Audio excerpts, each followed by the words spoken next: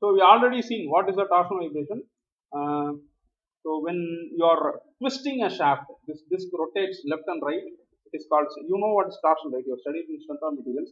Consider a shaft of negligible mass whose one end is fixed and the other end carrying a disc as shown below figure. Okay. So let theta equal to angular displacement of the shaft from mean position after time t in radians. The theta is in radians, okay, not angle, right? M equal to mass of the disc, I equal to mass of moment of inertia of the disc, K equal to radius of gyration, Q torsional stiffness of the shaft, right? What is torsional stiffness? The amount of force required to twist the shaft material by a unit angle, okay.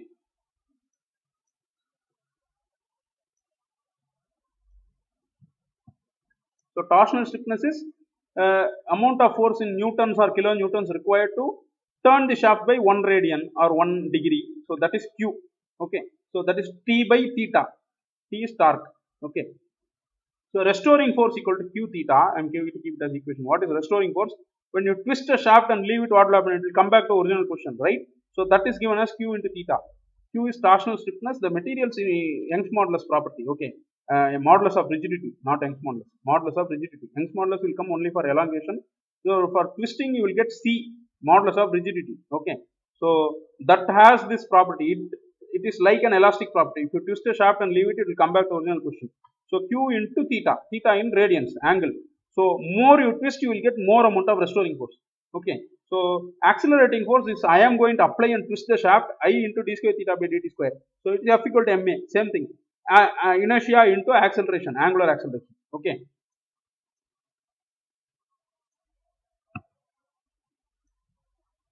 We have already discussed in previous chapters that when the particles of a shaft or a disc move in a circle about the, so just see the animation, that's it. So that is torsional vibration.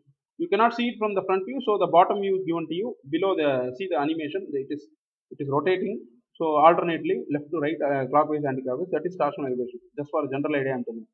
In this case, the shaft is twisted and untwisted alternatively, and torsional shear stress are induced in the shaft. Okay, so I am going to equate these two. So this force must be equal to the negative of that force, restoring force. This is my applied force. This is the material's ability to come back. So it is taken as negative sign. So you bring it here at the left side. It becomes positive. So I am going to compare this simple harmonic motion. Divide by I, d square theta by dt square equal to q theta by I equal to 0.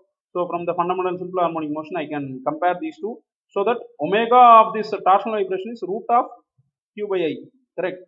So compare that, you will get omega equal to root of q by I, where q is equal to torsional stiffness of the material, T by theta, and I is the moment of inertia of the disc, which is twisting. Okay. So time period 2 pi by omega, same thing, 1 by Fn. So this is circular. See, omega is circular frequency. Linear frequency equal to circular frequency divided by 2 pi. Time period of the vibration equal to 1 by frequency.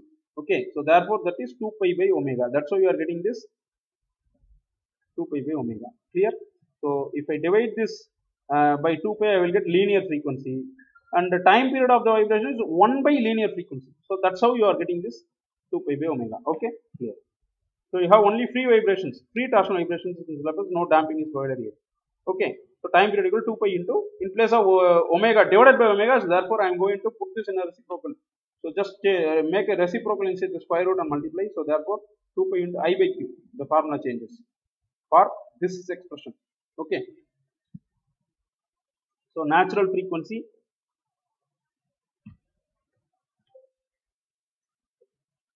Is there any problem?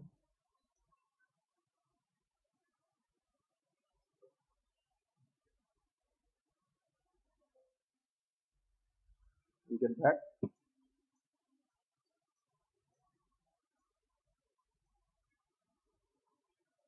So natural frequency 1 by 2 pi root of qi, right? Natural linear frequency. Natural circular frequency is this.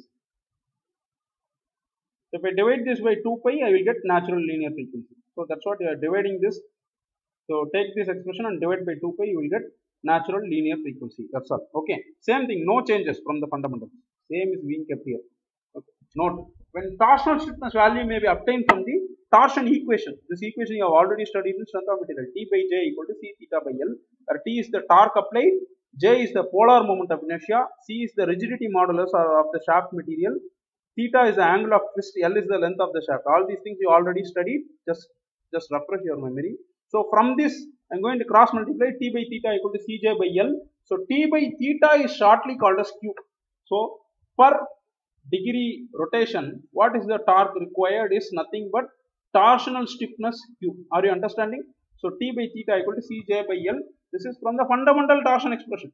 So whenever you want to find out the value of this Q in this equation, you have to go for multiply the rigidity modulus and polar moment of inertia and divide it by the length of the shaft. You will get the this is equal to Q. Clear? So that's how we are going to solve the problems. Okay. Where modulus of rigidity, polar moment of inertia, D is the diameter of the shaft, L is the length of the shaft. Clear?